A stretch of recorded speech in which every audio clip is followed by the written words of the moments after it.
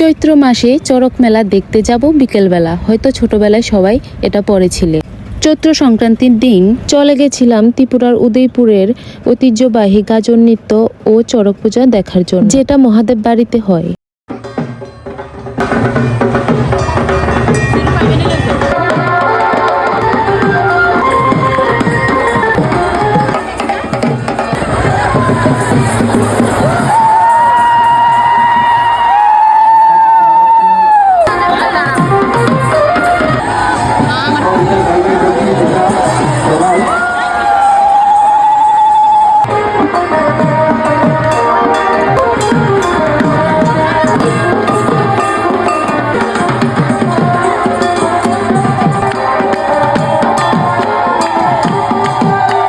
চড়ক মেলা দেখার পর আমরা আবার চলে গেলাম মহাদেব বাড়ির ভেতরে।